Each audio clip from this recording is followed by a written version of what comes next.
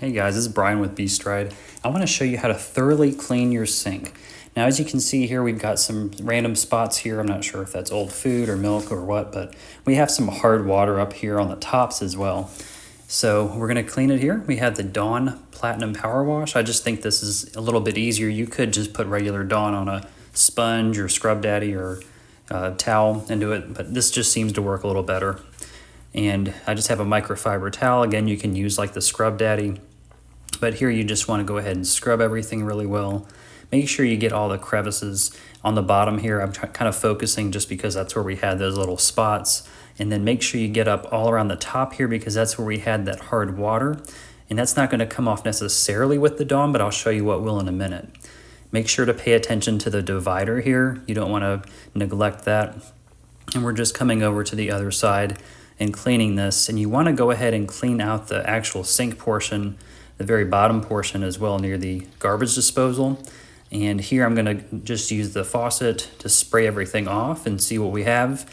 This is going to be kind of like round one. And next I'm going to use the Barkeeper's Friend. I really like this if I've got kind of tarnish or, things that I'm not able to get off with the Dawn. And I like to put it on the microfiber cloth and put it on. Some people, they'll put a lot of it on the actual appliance, but sometimes I think that's a little much.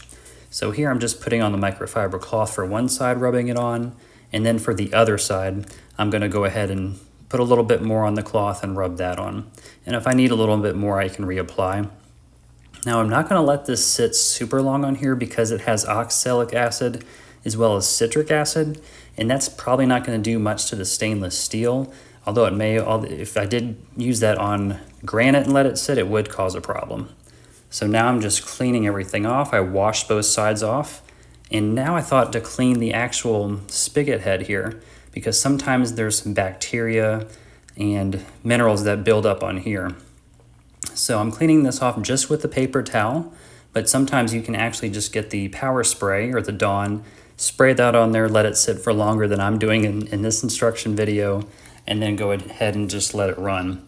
So to clean it all off, one thing you can do is wet the paper towel and then kind of just clean it back off after you let water run through it. And another method, which I like, is kind of just bringing the water up to the faucet, submerging it a tiny bit, and then doing it that way. That's kind of what I did at the end here, just to make sure it was all cleaned off and we weren't going to get any, say we were drinking from this water.